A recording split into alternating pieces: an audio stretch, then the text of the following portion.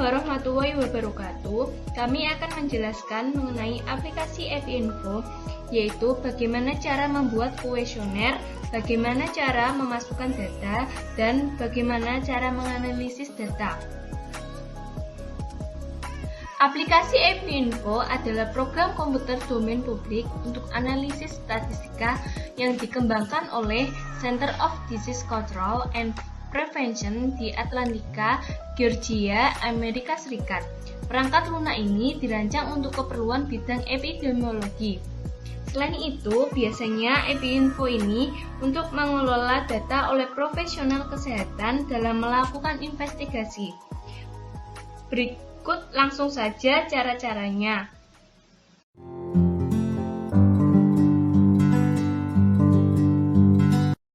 Langkah awal untuk membuat rancangan kuesioner adalah membuat 4 tabel seperti ini. Untuk kolom yang pertama diisi question of from.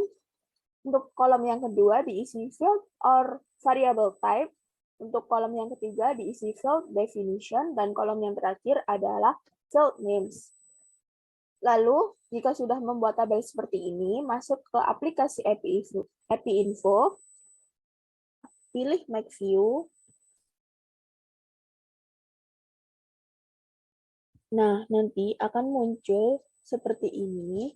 Nah, di sini kalian masukkan file yang sudah kalian buat. Pilih File, pojok kiri atas. Lalu Open. Nah, di sini kalian cari file yang akan digunakan. Di sini saya menggunakan anemia gizi pada remaja. Lalu OK.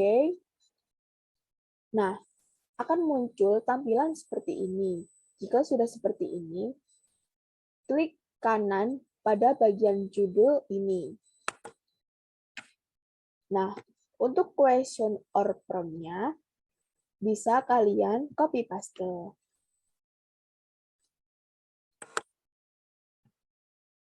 Lalu, paste ke tabel yang sudah dibuat tadi. Lalu masukkan ke dalam tabel pada kolom ini. Nah, selanjutnya adalah field or variable type. Lalu kita kembali ke aplikasi EpiInfo tersebut. Nah, untuk field or variable-nya kita lihat di sini. Nah, di sini tertera label or title. Nah, ini kalian copy paste juga ke dalam tabel yang sudah dibuat tadi.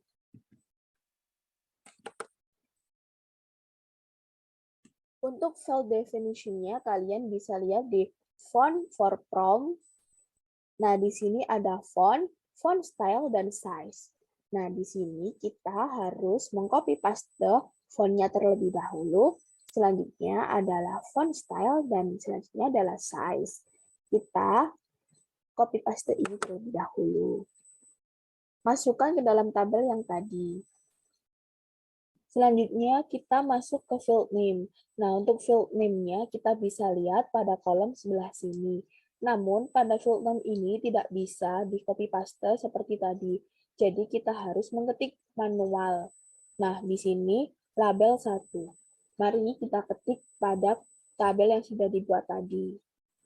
Ini adalah gambaran tentang kuesioner yang sudah diisi semua, mulai dari question of from, field or variable type, field definition, dan field names. Selanjutnya bisa kalian lanjutkan seperti langkah-langkah tadi.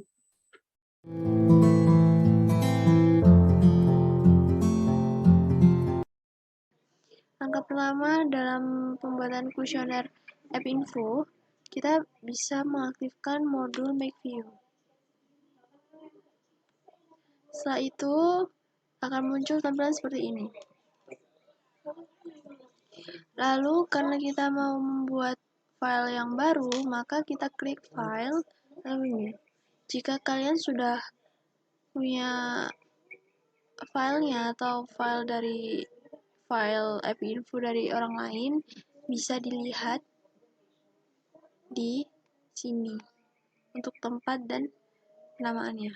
Kalau kita klik New, setelah itu kita tuliskan nama filenya.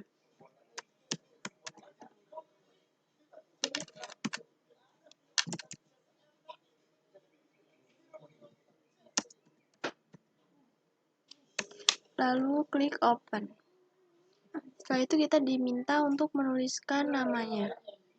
Saya isi anemia gizi tanpa spasi ya. Setelah itu untuk mengaktifkan mode di sini, maka kita harus klik di bagian di sebelah sini, view bagian sebelah ini. Sudah, lalu klik kanan.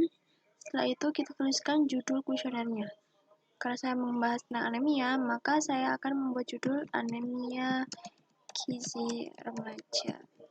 Setelah itu untuk tipenya kita gunakan label atau titel karena agar tidak ada halaman yang bisa diisi nantinya.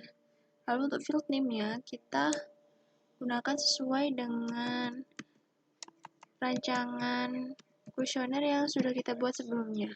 Lalu pilih font atau hurufnya dengan font styles dan size-nya juga jangan lupa. Setelah itu klik OK.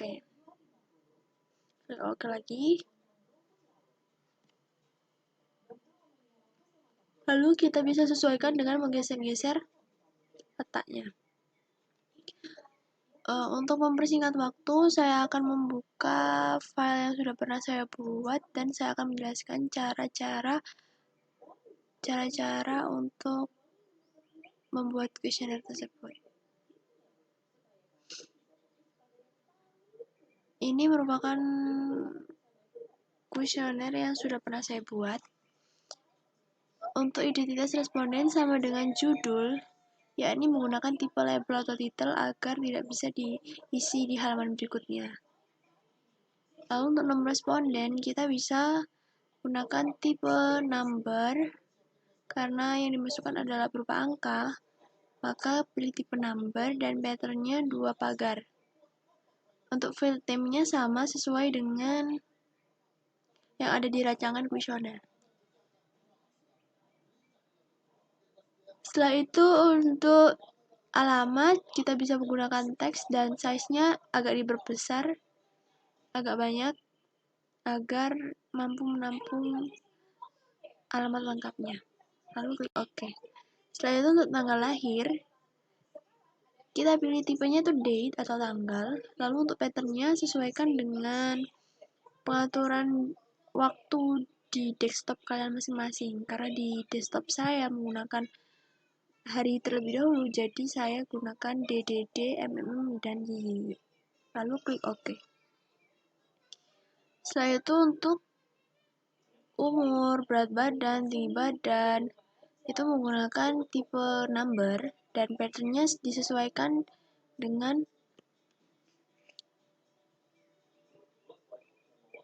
jawabannya. Jika berat badan, maka patternnya hanya 2 atau pagarnya hanya 2. Jika untuk tinggi badan, maka patternnya harus 3. Lalu selanjutnya untuk pendidikan terakhir responden kita gunakan tipe teks karena pendidikan itu banyak pilihannya atau banyak opsinya, maka kita gunakan kode tabel di legal value. Di legal value nanti kita tuliskan apa saja pendidikan yang mungkin saja diterima oleh responden. Setelah itu sudah, lalu klik OK. Lalu klik OK lagi. Sama, hal itu tetap diterapkan ke kuesioner-kuesioner yang membutuhkan pilihan jawaban untuk mengisinya. Lalu untuk halaman kedua, mulai di pertanyaan mengenai pengetahuan tentang anemia. Di sini saya menggunakan untuk pertanyaannya, kita gunakan tipe number dan patternnya hanya satu pagar saja. Untuk lowernya saya atur 0 dan uppernya untuk 1. Maksudnya, upper itu bila jawaban responden benar akan dinilai sebesar 1. Jika jawaban responden salah, maka responden tersebut mendapat nilai 0. Lalu klik OK. Terapkan hal tersebut di semua pertanyaan yang ada di pengetahuan. Lalu untuk penilaian pengetahuan, kita bisa klik tipe yang common button. Untuk field name-nya juga sesuaikan dengan rancangan kuesioner yang sebelumnya telah dibuat. Lalu klik OK. Lalu untuk nilai pengetahuan, karena nilai berarti membutuhkan angka, maka tipe yang kita gunakan adalah number. Pattern-nya itu 3 pagar. Lalu klik OK. Untuk kategori pengetahuan, klik tipe teks, size-nya 10. Lalu klik OK. Untuk kategori pengetahuan, kategori tindakan, maupun kategori sikap, nantinya centang di bagian read only, karena hanya bisa dibaca, agar hanya bisa dibaca dan tidak diisi. Lalu klik OK. Setelah itu, kita masuk ke halaman ketiga, ini tentang sikap. Di pertanyaan tentang sikap ini, saya menggunakan nilai terendah 1 dan nilai tertinggi 4. Untuk tipenya gunakan number dan pattern-nya hanya 1 pagar saja. Lalu klik OK. Setelah itu terapkan hal tersebut ke semua pertanyaan. Dan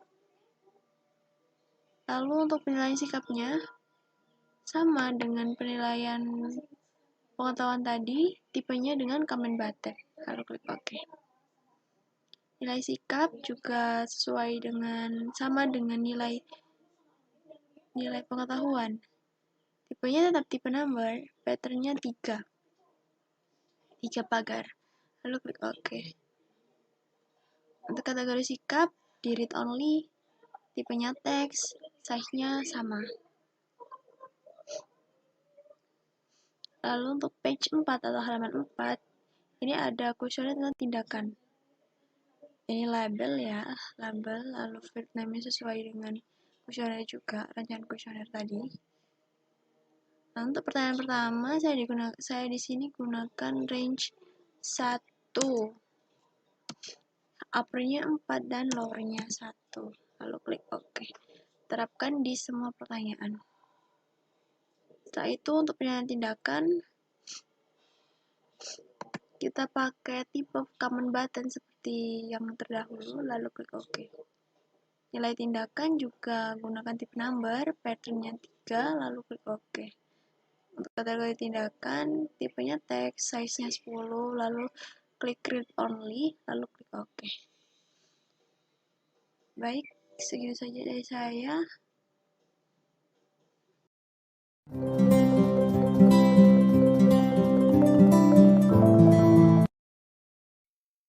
Lalu selanjutnya kita akan memasukkan rumus ke dalam kuesioner dengan cara klik view, pilih cek kode, lalu masukkan kategori yang akan dihitung. Misalnya kita pilih yakni cek kadar HB. Di sini mesti masukkan rumusnya jika dalam kuesioner ada pertanyaan pilihan opsi 1 tidak pernah, 2 tidak 1 pernah, 2 tidak pernah. Untuk pernah, kita harus mengisi angka. Untuk tidak pernah, maka akan loncat ke pertanyaan selanjutnya.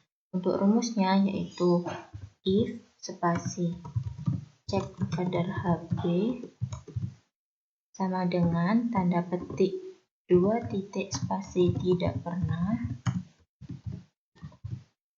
tanda petik spasi then, enter, goto spasi TTD, enter, N. Setelah memasukkan rumus, klik save. Jika saat di save tetap warna biru, artinya rumus sudah tepat dan pilih OK. Selanjutnya kita pilih view lagi, cek kode, lalu pilih kategori dengan field name date. Kita masukkan rumus dengan rumus assign spasi A sama dengan years, buka kurung, date, system date, tutup kurung. Kemudian setelah masukkan rumus, kita klik save. Jika saat di save warnanya tetap warna biru, artinya rumus sudah tepat. Lalu kita klik OK. Kemudian klik view lagi, cek kode, pilih kategori dengan field name TTD2. Di sini gunanya atau fungsinya masukkan rumus jika dalam pertanyaan terdapat opsi lainnya. Lalu kita masukkan rumus if spasi TTD2 sama dengan tanda petik 4 titik lainnya tanda petik spasi then enter go to spasi lainnya enter n. Lalu klik save. Jika warnanya tetap warna biru maka rumus sudah tepat dan klik OK. Kemudian pilih lagi, klik view, pilih cek kode, lalu pilih kategori dengan field name penilaian pengetahuan atau PP. Lalu kita masukkan rumusnya, assign spasi NP sama dengan P1 plus P2 plus P3 plus P4 plus P5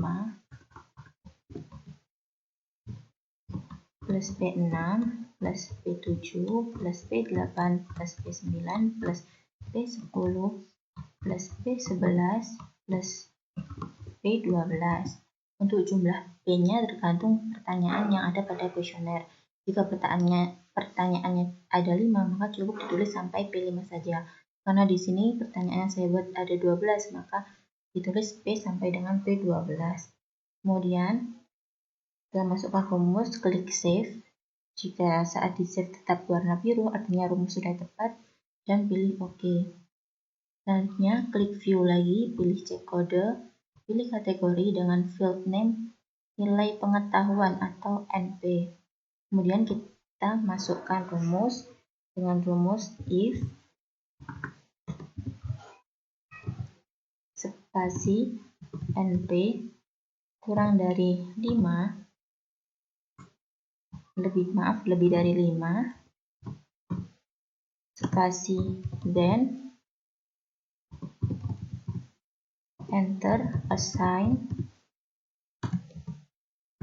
KP spasi KP sama dengan petik baik, petik lagi, kemudian enter n spasi if spasi NP kurang dari 6 spasi then enter assign spasi KP sama dengan tanda petik kurang baik, tanda petik lagi, kemudian enter n. Untuk kategorinya ini saya memakai dua kategori yaitu baik dan kurang baik. Jika ingin dengan 3 kategori maka bisa ditulis dengan 3, misalnya baik, cukup, dan kurang baik. Selanjutnya setelah memasukkan rumus, klik save. Jika saat di save tetap warna biru, artinya rumus sudah tepat, lalu klik OK.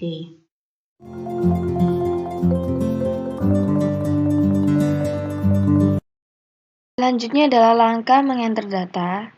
Di tampilan awal kita klik enter data.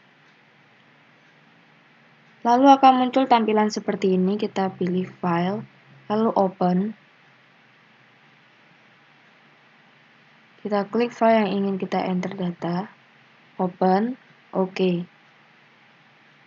Lalu akan muncul tampilan kuesioner yang akan kita isi. Pertama kita isi email, lalu nomor responden yaitu 55, nama lengkap, alamat, tanggal lahir,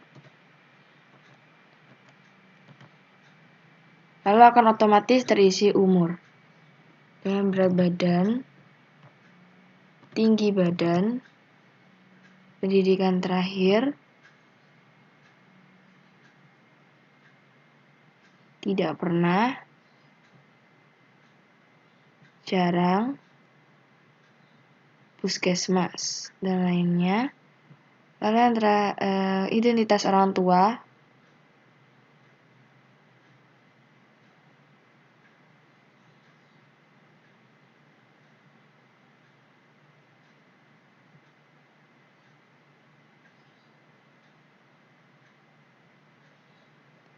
selanjutnya akan otomatis pergi ke page kedua, yaitu pengetahuan tentang anemia. Kita masukkan nilai atau poin nilai yang didapat.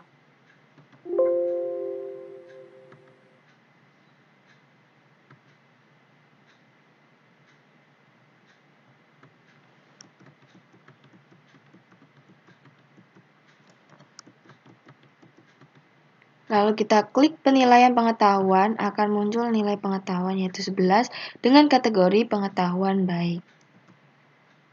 Lalu kita pergi ke page yang ketiga. Kita masukkan nilainya.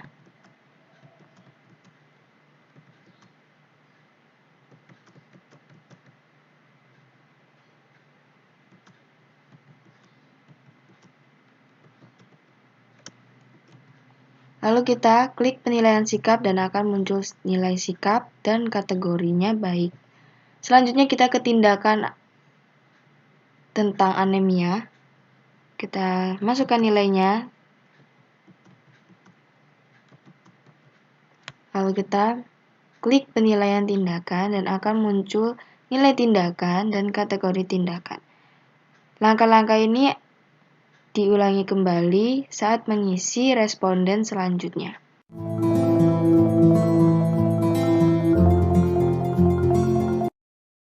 Selanjutnya adalah langkah-langkah menganalisis data menggunakan aplikasi EpiInfo.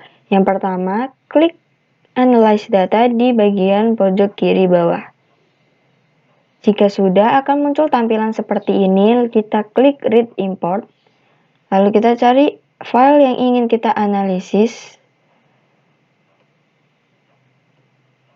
Klik File, lalu Open.